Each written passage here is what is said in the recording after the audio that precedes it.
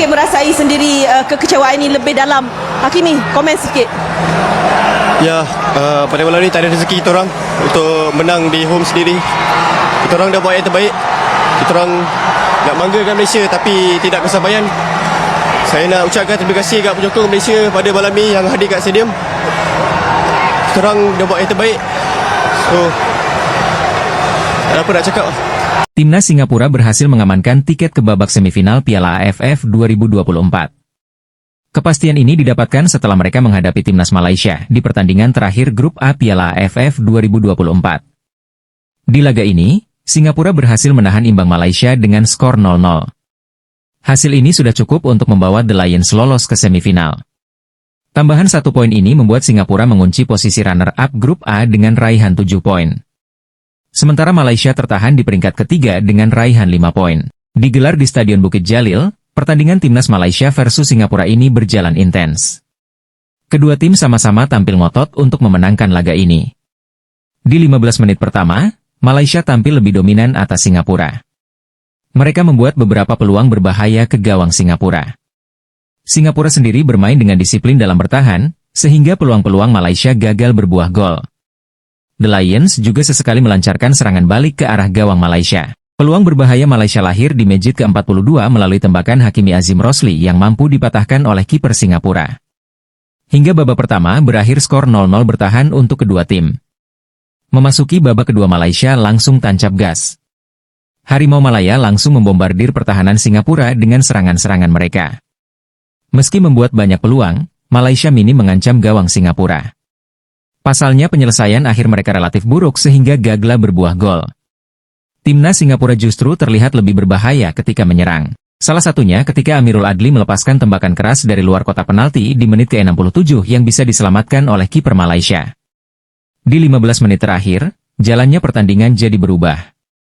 Singapura yang semula bermain agak pragmatis bermain lebih lepas dan beberapa kali mengancam gawang Malaysia dengan tembakan-tembakan mereka.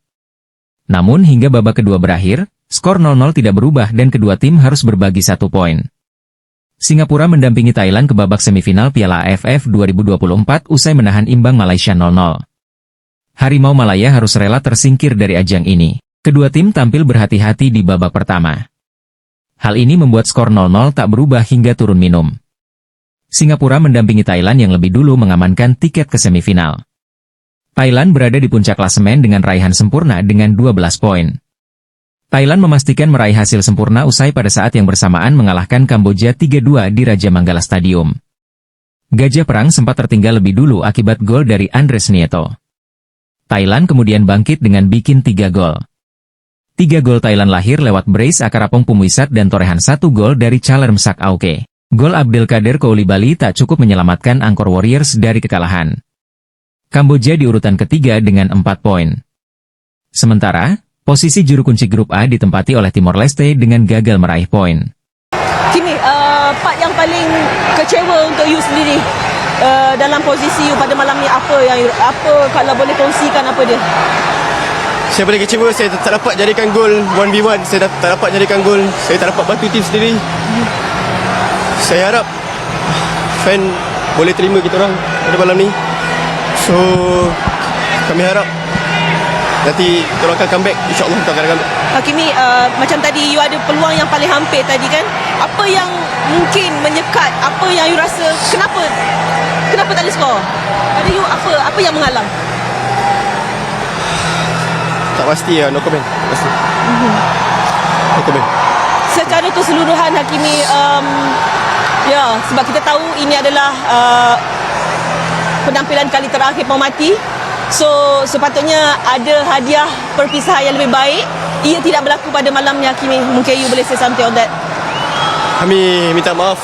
Player-player minta maaf dekat Coach Pau, Warisan coaches.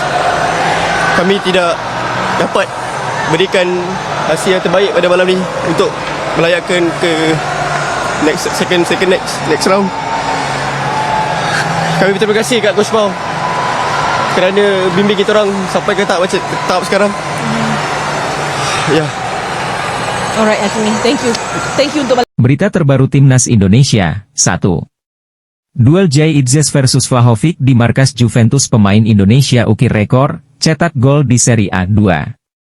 Eliano Reijers versus Willem. Pemain timnas Liga Belanda. Masuk di menit 32 Liga Belanda 2024. 3. Bek timnas Indonesia Kelvin Verdong bermain penuh, NEC Nijmegen selamat dari kekalahan laga home.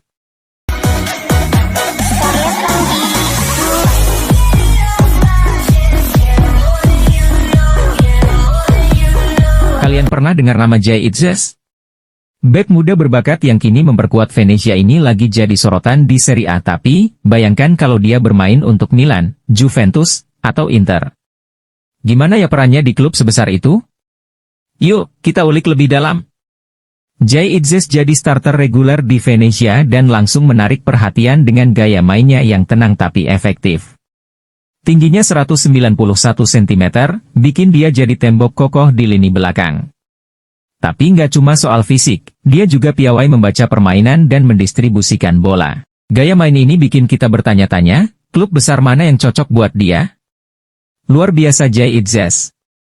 Bek andalan timnas Indonesia itu menjadi bintang ketika timnya, Venezia, bentrok kontra Juventus, pada laga pekan ke-16 Serie A 2024-2025. Mentas di Allianz Stadium, Torino, Minggu dini hari WIB, 15 Desember 2024, Venezia hampir saja mempermalukan tuan rumah sebelum akhirnya laga berakhir imbang 2-2. Kendati sempat tertinggi 0-1 pada menit ke-19, tim tamu mampu berbalik unggul 2-1 via 2 gol balasan Mikael Ellertson pada menit ke-61 serta Jay Itzes menit ke-83. Akan tetapi, Jay Itzes dan kawan-kawan lengah di menit-menit akhir pertandingan. Hukuman penalti pada menit ke-95 dimaksimalkan dengan baik oleh striker Juventus, Dusan Vlahovic. Meski gagal meraup angka penuh, setidaknya hasil itu membuat semangat Venezia kian membuncah untuk memperbaiki posisi di klasemen sementara. Hingga pekan ke-16, Iloni Alati masih terkapar di dasar klasemen dengan 10 poin saja. Jay Itzes dan kawan-kawan butuh banyak poin untuk menjauhi zona degradasi serta berjuang keras agar tetap eksis di kasta tertinggi Italia musim depan. Performa Jay Itzes yang terus melambung, baik bersama Venezia maupun bareng timnas Indonesia, membuat tukang jagal berusia 24 tahun itu berpotensi masuk radar 3 raksasa Serie A, yakni AC Milan, Juventus, atau Inter Milan. Bursa transfer musim dingin yang jatuh pada Januari 2025 menjadi kesempatan bagi tim-tim Serie A guna menata ulang mesin perangnya. Pemain-pemain lama yang dianggap melempem dilepas, amunisi mumpuni masuk.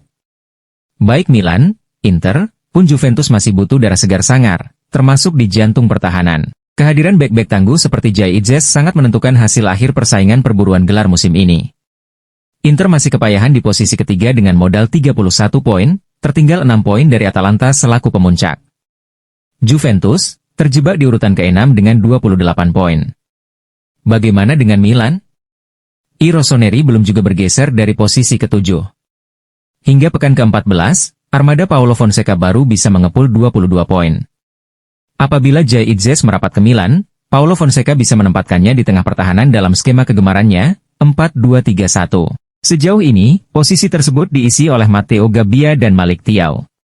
Dalam formasi 3-5-2, seperti yang diterapkan Shin Tae-yong di timnas Indonesia, Paulo Fonseca bisa mengandalkan Jay Itzes sebagai pusat pertahanan. Paulo Fonseca tinggal memilih 2 kolega terbaik Jay Itzes, di kiri dan kanan pertahanan. Juventus juga butuh sosok karang-garang sekali Jay Itzes. Lini belakang kerap mendapat sorotan, menyusul hasil yang tak memuaskan yang diraih Nyonya Tua. Saat menjamu Venezia misalnya, 4 bek yang diturunkan Thiago Motta, yaitu Nicolo Savona, Federico Gatti, Pierre Kalulu, dan Danilo terlihat kelihatan tak solid sehingga 2 gol dapat dengan mudahnya bersarang di gawang Michele Di Gregorio. Itulah mengapa, untuk menambah keangkeran di jantung pertahanan, ada baiknya Thiago Motta memasukkan Jay Itzes ke dalam keranjang belanjaannya pada jendela transfer Januari nanti. Inter juga sedang tak baik-baik saja. Sebagai satu di antara tim legendaris, Il Nerazzurri musti segera bangkit dari keterpurukan. Hal ini berarti, Simone Inzaghi harus mereformasi lini per lini, utamanya sektor pertahanan. Saatnya bagi Inter untuk mengangkut Jay Itzes ke Stadion Giuseppe Meazza. Jay Itzes tidak hanya mumpuni di semua posisi di lini belakang, tetapi juga punya naluri menyerang dan mencetak gol yang mengagumkan. Jay Itzes akan menjadi alternatif tepat dalam formasi open play 3-5-2 yang kerap diterapkan Simone Inzaghi. Jay Itzes bisa dipasang di tengah menggantikan Stefan De Vrij atau di kiri menggantikan Alessandro Bastoni, juga sebagai alternatif di kanan menggantikan Jan Bisek. Nah, kita tunggu bersama, apakah tiga raksasa Italia berminat memasukkan nama Jay Itzes dalam daftar belanja mereka di jendela transfer Januari 2025. AC Milan lagi doyan banget cari pemain muda yang bisa berkembang bareng tim. Stefano Pioli butuh bek yang gak cuma kuat bertahan, tapi juga nyaman main bola pendek. Itzes punya kemampuan itu? Kalau dia ke Milan, mungkin dia bakal jadi opsi di posisi bek tengah menggantikan Kalulu atau Tomori di laga tertentu. Tapi pertanyaannya, apa dia siap mental untuk main di level sebesar itu? Juventus sedang mengalami transisi berat. Dengan beberapa pemain bertahan senior yang mulai kehilangan konsistensi, pemain muda seperti Itzes bisa jadi angin segar. Bayangkan dia dipasangkan sama Bremer, keseimbangan fisik dan teknik yang bikin lawan sulit menembus. Tapi, Juve nggak sembarangan pilih pemain. Apa Itzes punya cukup pengalaman untuk bersaing di Turin?